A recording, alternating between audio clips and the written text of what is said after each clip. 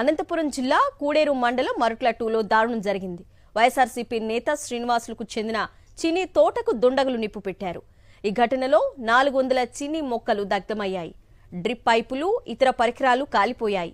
దాదాపు 5 లక్షల రూపాయల ఆస్తి నష్టం వాటిల్లిందని శ్రీనివాసులు ఆవేదన వ్యక్తం చేశాడు. నిందితులను కఠినంగా శిక్షించాలని పోలీసులను కోరారు.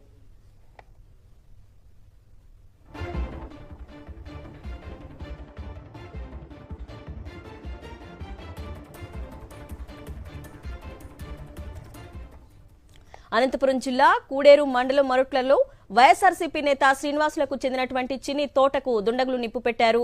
పోలీసులు కంప్లైంట్ చేశారు. దుండగులపై తగిన చర్యలు తీసుకోవాలని కోరినట్టుగా తెలుస్తోంది. మరిన్ని డీటెయిల్స్ మా ప్రతినిధి శ్రీనివాస్ రెడ్డి అందిస్తారు. శ్రీనివాస్. అరుణ, మంత్రి పయ్యావుల కేశవ్ ప్రాతినిధ్యం వహిస్తున్నటువంటి ఉరవకొండ నియోజకవర్గంలో ఈ ఘటన చోటు చేస్తుంది.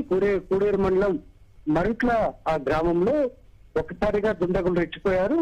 ఆ వైఎస్ఆర్ కాంగ్రెస్ పార్టీ నేత శ్రీనివాస నాయుడుకు చెందిన ఆ బత్తాయి తోటను దహనం చేసిన పరిస్థితి కనిపిస్తోంది. ఎందుకంటే సుమారుగా 400 చిని చెట్లను నిప్పు పెట్టిన పరిస్థితి కనిపిస్తోంది. వాటి సుమారుగా 400 చెట్లు, 5 లక్షల రూపాయల ఆస్తి నష్టం సంభవించింది.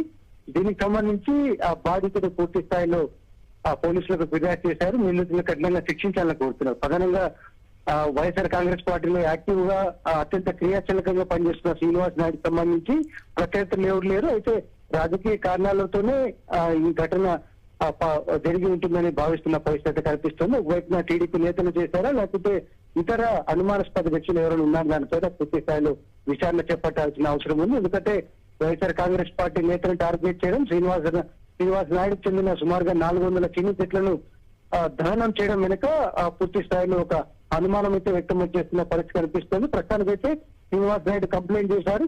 పూర్తి స్థాయిలో ఇన్వెస్టిగేషన్ చేసి దోషులను కఠినంగా శిక్షించాలని కోరుతున్న పరిస్థితి కనిపిస్తోంది. శివారెడ్డి, మరి పోలీసులు కంప్లైంట్ నమోదు చేశారా? ఎందుకంటే కూటమి ప్రభుత్వం అధికారంలోకి వచ్చిన దగ్గర నుంచి వైఎస్ఆర్సీపీ నేతలే గానీ, కార్యకర్తలను బెదిరించడం గానీ, ఆస్తులు ధ్వంసం చేయడం గానీ మనం చూస్తూనే ఉన్నాము. సో దీనిపై పోలీసుల స్పందన ఏ విధంగా ఉంది? ఖచ్చితంగా, ఎందుకంటే రాష్ట్ర వ్యాప్తంగా రెడ్ బుక్ రాజ్యాంగం అయితే జరుగుతున్న పరిస్థితి కనిపిస్తోంది. మంత్రి నారా లోకేష్ బాటంగానే చెప్తున్న వాతావరణం అయితే కనిపిస్తోంది.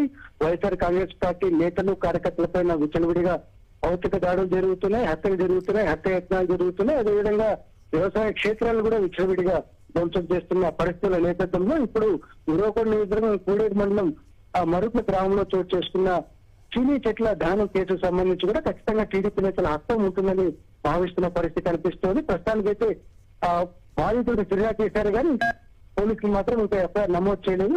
ఒకవేళ చూడాల్సింది ఈ రోజు